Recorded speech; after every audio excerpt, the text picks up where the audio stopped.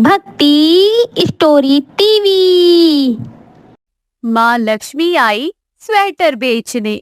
एक बार की बात है, किसी गांव में श्यामलाल नाम का एक व्यक्ति रहता था। उसकी स्वेटर की दुकान थी। उसकी स्वेटर की दुकान पूरे गांव में मशहूर थी। श्याम स्वेटर खुद अपने घर में ही बनाता था और उसके स्वेटर बनाने से उसकी पत्नी कमला उसकी मदद करती थी। वह अपनी पत्नी और बेटी को भी स्वेटर बनाना सिखाना चाहता था, परंतु उसकी बेटी को ये काम बिल्कुल पसंद नहीं था।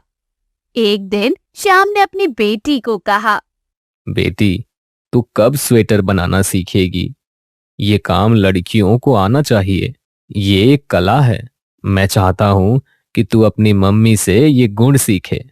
पर पिताजी, मम्मी बना तो रही है स्वेटर और आप उसे बेच लेते हैं, तो इसमें मेरा क्या काम? तभी उसकी माँ कमला वहाँ आ जाती है। बेटी, तेरे पिताजी ठीक बोल रहे हैं। मेरे बाद तुझे ही ये काम करना होगा, इसलिए तू भी ये काम सीख ले। उसकी बेटी बिना कोई जवाब दिए वहाँ से चली जाती है। कुछ महीने बीत जाने के बाद श्यामलाल की तबीयत खराब हो जाती है और उसकी मृत्यु हो गई। अब दुकान की पूरी जिम्मेदारी उसकी बेटी सीता पर आ गई। अब दुकान की देखभाल सीता करती थी।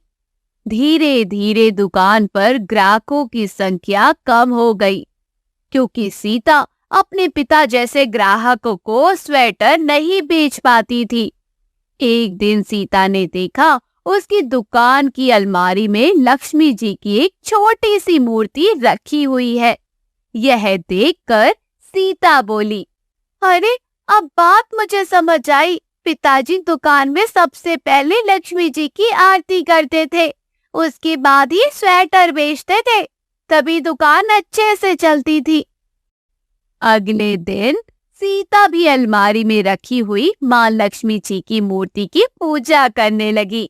कुछ दिन बीत जाने के बाद सीता ने माँ लक्ष्मी से कहा, हे माँ लक्ष्मी, मुझसे क्या भूल हो गई है जो आप मुझसे नाराज हो? ग्राहक हमारी दुकान की ओर देखते भी नहीं है और तो और आते भी नहीं है। हे माँ लक्ष्मी, पहले जैसी कृपा करो। और तो और अब तो गर्मियां भी आने वाली है। सीता पूजा करने के बाद दुकान पर बैठती है। तभी वहां पर एक लड़की आती है और उसने कहा, सुनो बहन, मुझे एक स्वेटर चाहिए। सीता ने उसे अपनी माँ के हाथों से बुना हुआ स्वेटर दिया। लड़की ने वे स्वेटर हाथ में लिया और फिर उसे जमीन पर फेंक दिया और सीता से कहा, ये क्या घटिया स्वेटर बुन रखा है? ऐसा घटिया स्वेटर कौन खरीदेगा? यह सुनकर सीता ने कहा, तुम पहली ग्राहक हो जो मेरी माँ के बुने हुए स्वेटर में कमी निकाल रही हो। नहीं तो कई लोग हमारे स्वेटर खरीद कर ले गए हैं और दोबारा शिकायत कभी नहीं आई है।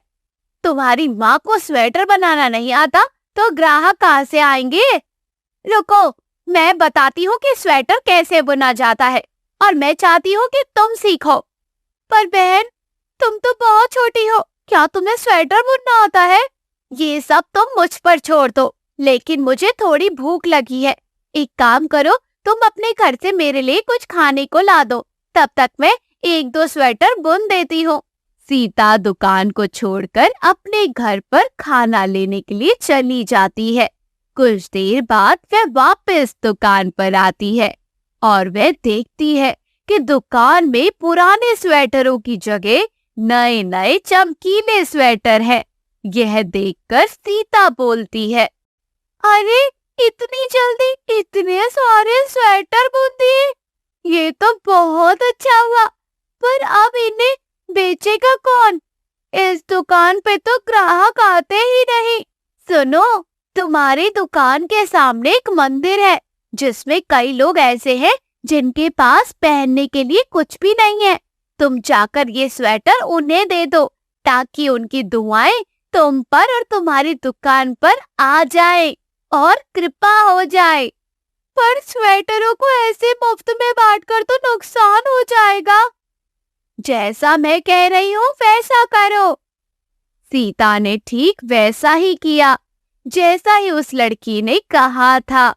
वो कुछ कंबल और स्वेटर गरीबों को बांटकर वापस आ जाती है। दुकान पर आकर वे लड़की से बोलती है, अब बताओ नुकसान कैसे पूरा होगा?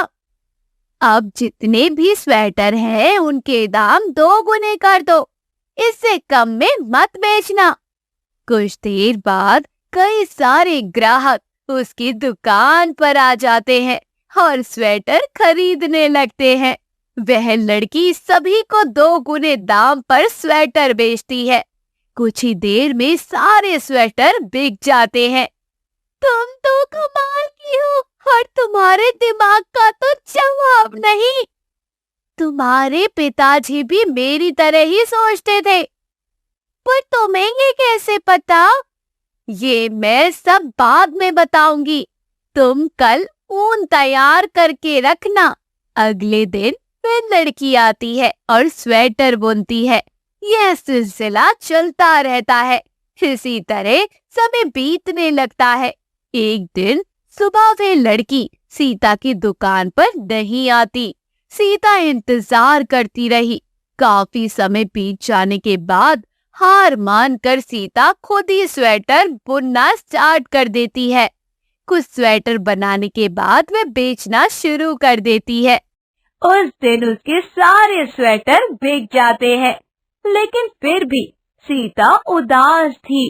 शाम को घर जाने से पहले वे अलमारी में रखी माँ लक्ष्मी जी की मूर्ति देखती है और उनसे बोलती है, हे माँ लक्ष्मी, उस कन्या को दोबारा भेज दो।